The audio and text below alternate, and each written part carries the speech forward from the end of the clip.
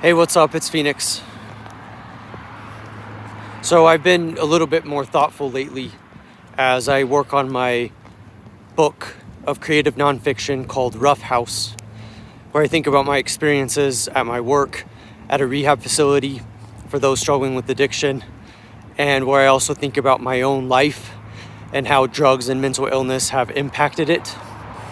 And as happens in explorations such as this, I end up asking myself the question, what is the mind? And I realize that sometimes we may just never know what the mind is or how the mind operates. It is helpful to have some understanding of the biological components of the human brain and how the body works with everything in the nervous system. But it certainly is not an easy answer. And while it does provide some understanding, it doesn't explain what's really going on with the mind. And I kind of get a little bit overwhelmed with this because I love philosophizing and speculating about what the mind is. But then I realize that I don't always know what my mind is doing or why. I don't understand how I can be sensitive the way that I am, but also out of touch with what I'm really feeling. How I can use words all of the time to describe certain inner states and yet still not fully feeling as though I'm capturing it, where a lot of it is ineffable and a lot of it is just not understood. But I love being able to philosophize about the mind because I do think that there are a lot of good elements to consider when it comes to human psychology. And so even though a lot of the time I acknowledge the blind spots, I do want to say that yes, there are a lot of blind spots, and I think human consciousness, the human mind, even the human brain will remain a mystery to humans and to people trying to understand things. But I also feel like maybe my mind is just going to have to be chaotic in a variety of ways, and I just have to accept that that is there. I may not like the chaos, I may not like what I feel sometimes or how my mind works, but I have to accept that as being there. And it is really difficult sometimes, I have to admit, because there are moments where I feel like I lose that grip of being able to even fully understand what my mind is doing. And it makes things difficult because I have to accept that I don't really know what it's doing, while also coming to terms with the fact that this is something that my mind does for whatever reason, whether because of trauma or struggling with my mental health stuff or other reasons. You know, the neurobiology and the way that the chemicals work, it can be very overwhelming. But I figured it would be the next step with trying to understand the mind if I just said, this is just what my mind does.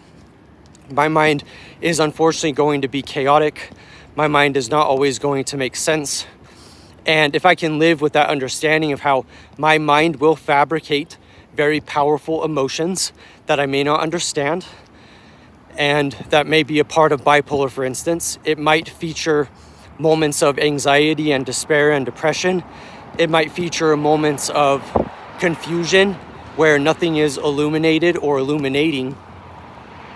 And I feel like even though some of that falls into the understanding of mental health, specifically of mental illness, I feel as though what's really challenging to keep in mind is that that is the way that it seems to be. I don't always understand why I respond the way that I respond. For these reasons, it can be hard for me to be vulnerable. It can be hard for me to try to open up, partly because of the sensitivity, as I've mentioned, but also partly because of the way that my mind works.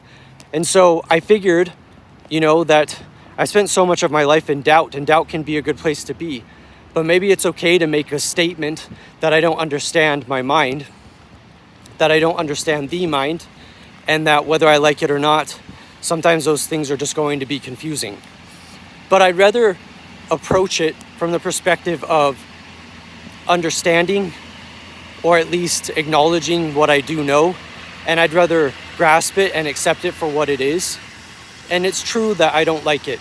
It's true that it makes me overwhelmed sometimes, because I wonder why the mind can't be stripped down to logic, why it can't be scientific, why it can't even be something that is a little bit more clear to me, regardless of all of my confusions. And maybe that's all true.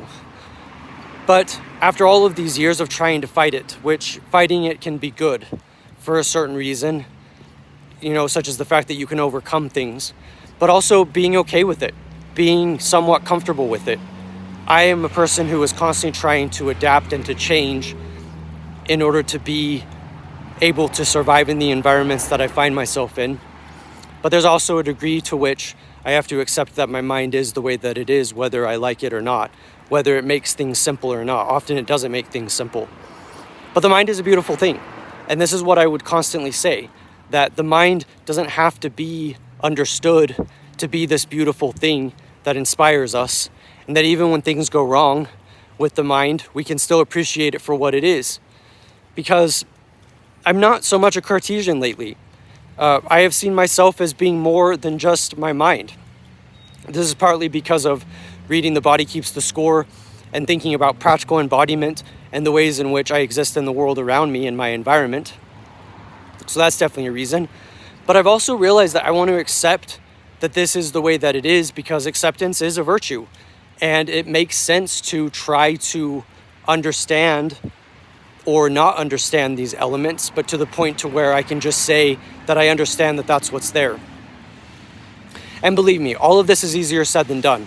When I want to feel something different, when I don't like what I'm feeling, when I'm struggling to get through a day because I'm feeling so much of the negative emotions, the mind can just seem enigmatic. The mind can seem as though it doesn't come together. But I nonetheless hope that it does, because I want to integrate all sides of myself, and I want my mind to be accepted by myself, at least for what it is. And even though I've gotten a lot of mixed messaging throughout my life, on the one hand, I seem to be gifted in some ways because I'm a little bit more sensitive and because I'm creative in a way that somehow involves my mental illness. There is a way in which people have also been very critical and very judgmental of my mind. And actually, a lot of the time, it feels like that's what I'm hearing, is that judgmental nature, just because I don't conform specifically to what I'm supposed to be doing without understanding that I have my own path and I have my own way of thinking about things. So I think the mind is a beautiful thing. I am trying to find the balance between questioning things and even questioning myself, but also allowing myself to be who I am. I think, it's an unexpected goal, even for me, but what I'd like to do is to be okay with who I am. I don't have to psychologize it in order to be okay with it. I just need to be able to let it be what it is and be okay with what it is. So yeah, I'm Phoenix. Thank you for watching. I hope that you'll check out my books. And yeah, I will see you around.